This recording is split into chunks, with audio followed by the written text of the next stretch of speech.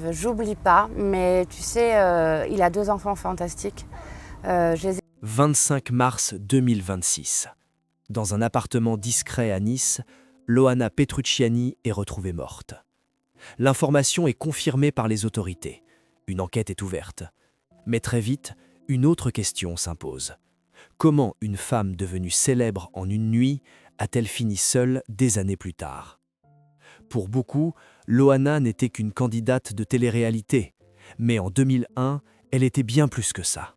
Elle était un phénomène, une obsession médiatique, et surtout un tournant dans l'histoire de la télévision française.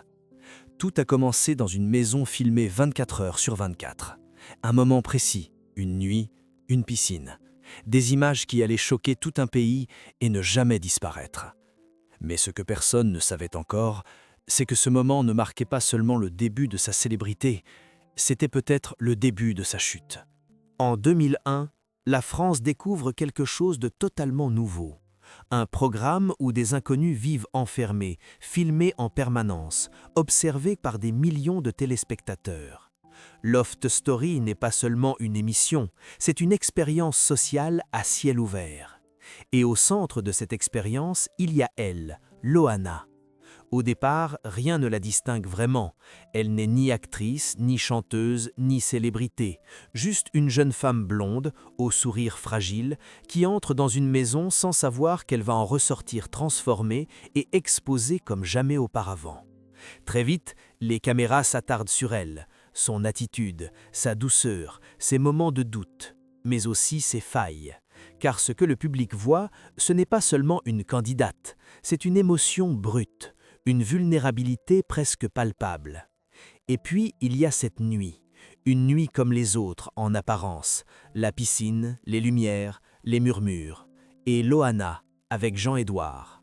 Ce qui se passe ensuite ne devait rester qu'un moment privé. Mais rien n'est privé dans le loft. Les images circulent rapidement. D'abord à la télévision, puis sur Internet, encore balbutiant à l'époque, mais déjà assez puissant pour transformer une scène en scandale national. La France est choquée, fascinée, divisée. Certains dénoncent une dérive, d'autres ne peuvent plus détourner le regard.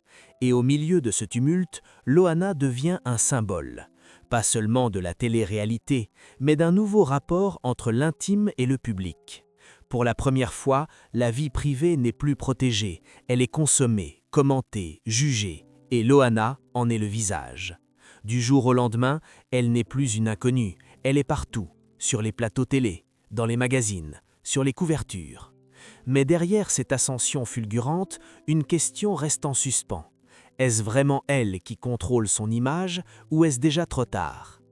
À sa sortie du loft, tout s'accélère. Les invitations s'enchaînent, plateau télé, interviews, séances photos. Chaque apparition est scrutée, analysée, amplifiée. Loana ne marche plus dans la rue, elle est suivie. Elle ne parle plus, elle est citée. Elle ne vit plus, elle est regardée. Très vite, les propositions affluent. Musique, mode, télévision. On lui propose de chanter, de poser, d'exister dans tous les espaces possibles. Et elle accepte, ou peut-être n'a-t-elle pas vraiment le choix. Car autour d'elle, une machine s'est mise en marche, une machine médiatique, puissante, rapide, insatiable, une machine qui transforme une personne en produit. Et ce produit doit continuer à exister, alors on la montre, encore et encore, on la met en scène, on raconte sa vie, on fabrique une version d'elle-même plus vendable, plus intense, plus dramatique. Mais à mesure que son image grandit, quelque chose d'autre semble s'effacer. Sa voix, ses limites, son contrôle. Dans certaines interviews, elle semble dépassée. Dans d'autres, elle sourit, mais ses réponses hésitent, comme si tout allait trop vite, comme si elle n'avait jamais eu le temps de comprendre ce qui lui arrivait. Et pourtant, personne ne ralentit, parce que le public en veut plus, parce que les audiences explosent, parce que Loana vend. Mais une question commence à émerger, presque silencieusement. Que reste-t-il de la personne derrière le personnage? Et surtout, que se passe-t-il quand la lumière s'éteint? Au début, les signes sont presque invisibles. Ils ne font pas la une des journaux. Ils ne provoquent pas de scandale immédiat, mais ils sont là, discrets, répétés, persistants. Après l'explosion médiatique, quelque chose change dans la trajectoire de Loana. Les apparitions deviennent plus rares, puis plus étranges. Ses interviews sont moins fluides, son regard semble ailleurs, comme si derrière l'image construite pour le public, une autre réalité commençait à apparaître.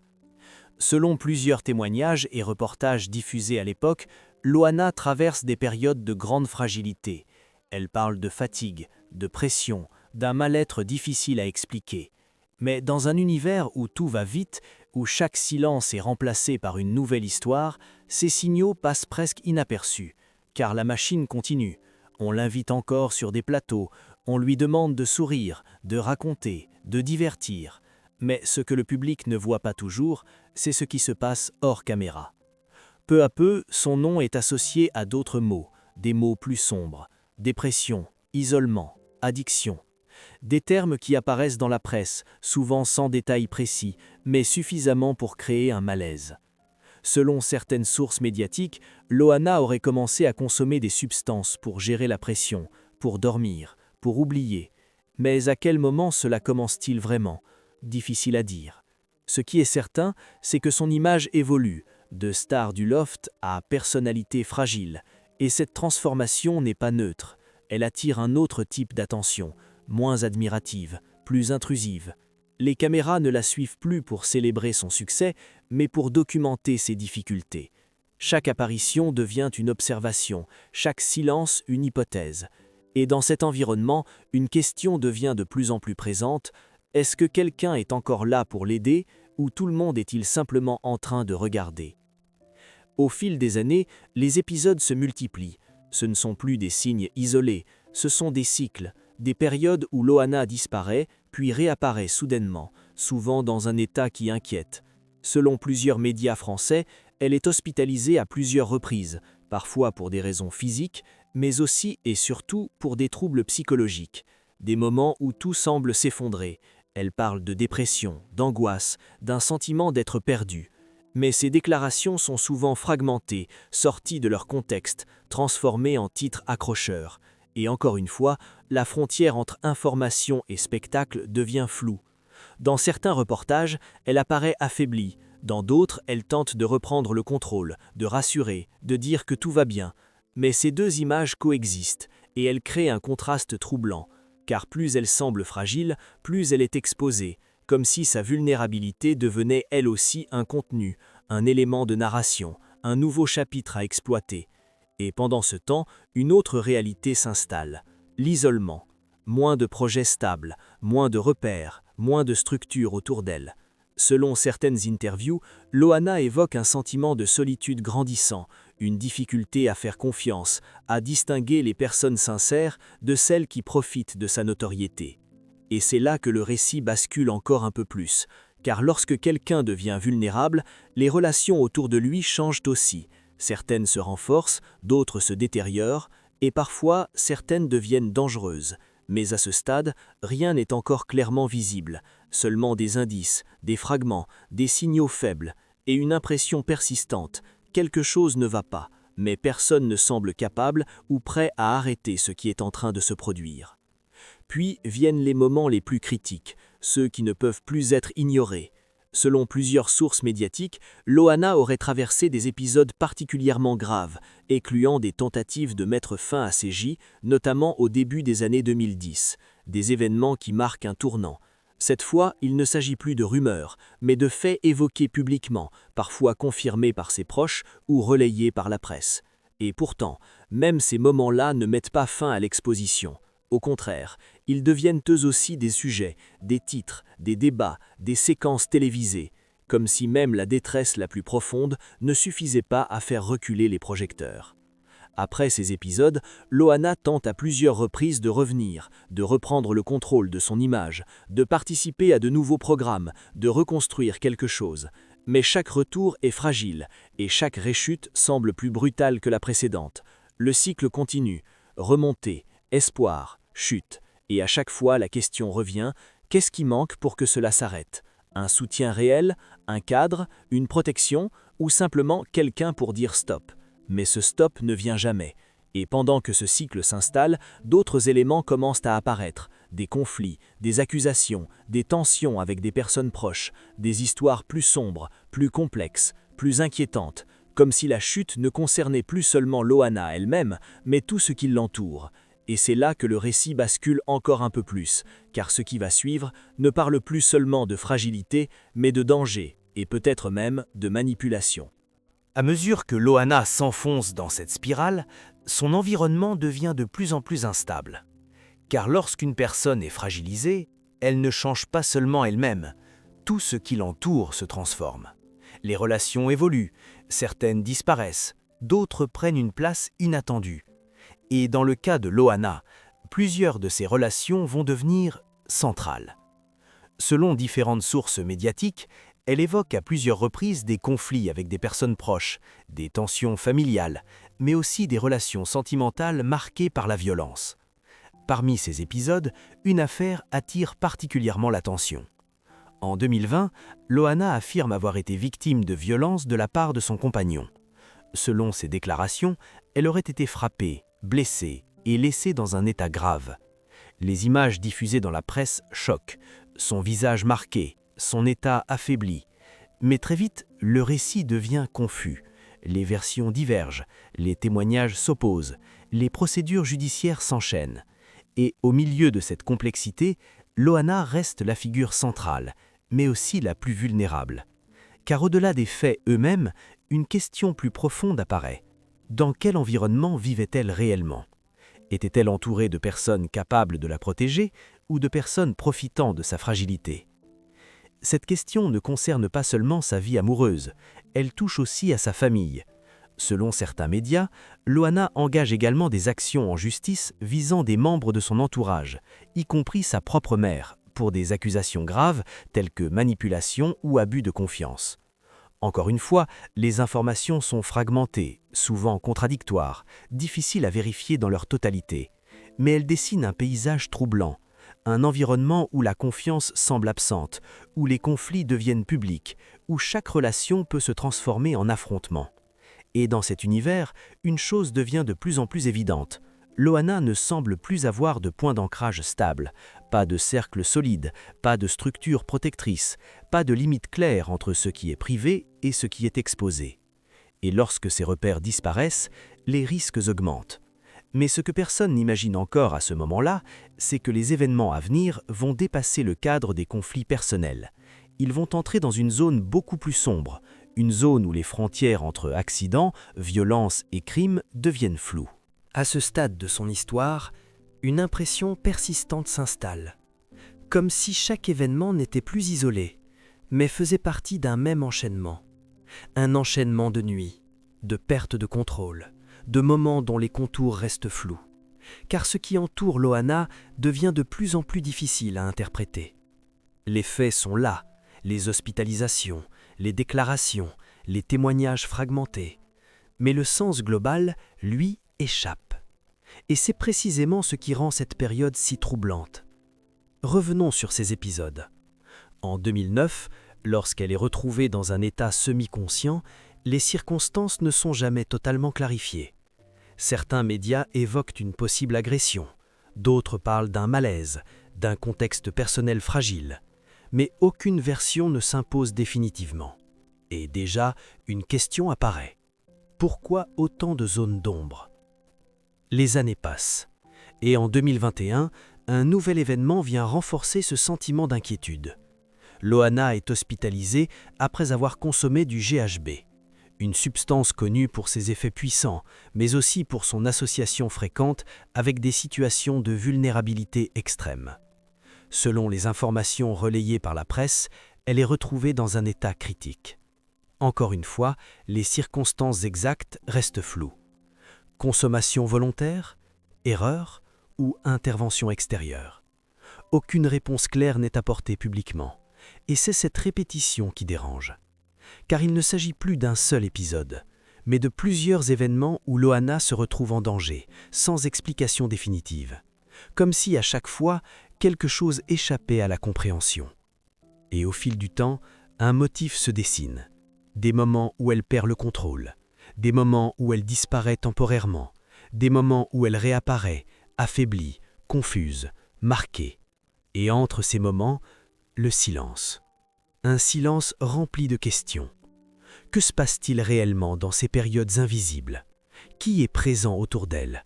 Dans quelles conditions ces événements surviennent-ils? Car ce que le public voit, ce sont uniquement les conséquences, jamais le contexte complet. Et c'est là que le doute s'installe durablement. Un doute qui ne concerne plus seulement Loana, mais tout ce qui gravite autour d'elle.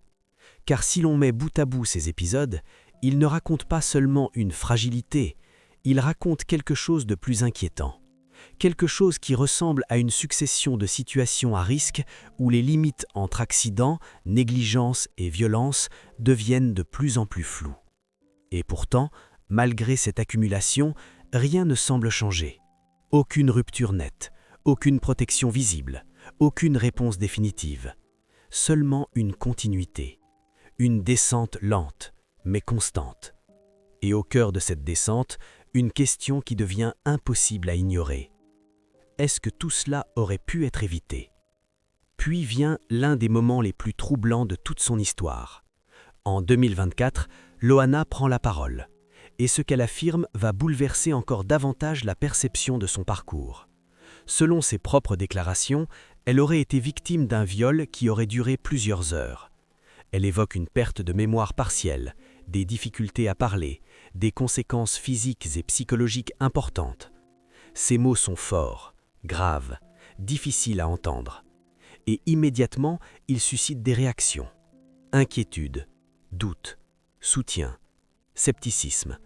Car comme souvent dans son histoire, les faits reposent principalement sur ses déclarations publiques. Aucune conclusion judiciaire définitive n'est rendue publique à ce moment-là. Mais cela suffit-il à ignorer ce qu'elle décrit? Ou faut-il au contraire y voir un signal d'alerte de plus? Car replacée dans l'ensemble de son parcours, cette déclaration ne surgit pas de nulle part. Elle s'inscrit dans une continuité, une succession d'événements où Loana se retrouve exposée, vulnérable, en danger. Et à chaque fois, la même mécanique semble se répéter. Un événement grave, une médiatisation, puis le flou. Comme si les réponses n'arrivaient jamais complètement. Comme si chaque épisode laissait derrière lui plus de questions que de certitudes. Et pendant ce temps, Loana continue. Elle parle, elle témoigne, elle tente d'exister dans cet espace où tout est à la fois public et incomplet. Mais plus elle s'exprime, plus une tension apparaît, entre ce qu'elle dit et ce que les autres acceptent de croire, entre son récit et les limites de ce qui peut être prouvé. Et c'est dans cet écart que se construit une partie du mystère. Car lorsque quelqu'un affirme des choses aussi graves et que ces affirmations restent sans réponse claire, le doute ne disparaît pas, il s'installe, il grandit et il contamine tout le reste. Alors, une question devient inévitable. Combien de ces événements ont été compris? Combien ont été minimisés? Et combien ont resté sans réponse? Car à ce stade, il ne s'agit plus seulement de faits isolés, mais d'un ensemble. Un ensemble qui dessine le portrait d'une vie marquée par des zones d'ombre constantes. Et lorsque ces zones d'ombre s'accumulent, elles finissent par former quelque chose de beaucoup plus lourd. Quelque chose qui ressemble à une trajectoire. Une trajectoire où chaque alerte semble mener à une autre, jusqu'à un point où la question n'est plus seulement ce qui s'est passé, mais ce qui va finir par arriver. Et c'est précisément cette question qui va prendre tout son sens. Et puis, il y a ce jour, le 25 mars 2026. Dans un appartement à Nice, Loana Petrucciani est retrouvée morte. L'information est confirmée par les autorités. Très vite, les médias relaient la nouvelle. Mais malgré la rapidité de la confirmation, les réponses, elles, n'arrivent pas. Une enquête est ouverte. Les circonstances exactes restent floues. Et immédiatement, une question revient. Que s'est-il réellement passé? À ce stade, aucune conclusion définitive n'est annoncée publiquement. Les premières informations évoquent une situation encore en cours d'analyse. Autopsie, contexte, dernier contact, tout est examiné, mais rien n'est encore certain. Alors, les hypothèses commencent à circuler. Certaines évoquent un possible problème de santé, conséquence de plusieurs années de fragilité physique et psychologique. D'autres parlent d'un accident. D'autres encore se demandent si cette fin pourrait être liée d'une manière ou d'une autre à tout ce qui a précédé. Mais aucune de ces pistes n'est confirmée. Et c'est précisément cette absence de réponse qui rend la situation si troublante. Car lorsqu'on regarde l'ensemble de son parcours, les signaux étaient là. Les alertes, les hospitalisations, les épisodes inexpliqués, les déclarations. Tout semblait pointer vers une trajectoire instable, une trajectoire dangereuse. Et pourtant, rien ne semble avoir interrompu ce chemin. Alors aujourd'hui, une autre question s'impose. Ce qui est arrivé à Lohama, était-ce imprévisible ou était-ce au contraire l'aboutissement d'années de dérive, visible par tous?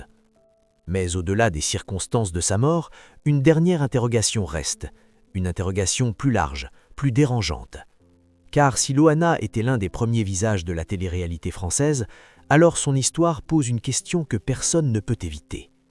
Que devient une personne quand elle est créée par un système qui ne sait pas la protéger? Et surtout, qui en porte la responsabilité?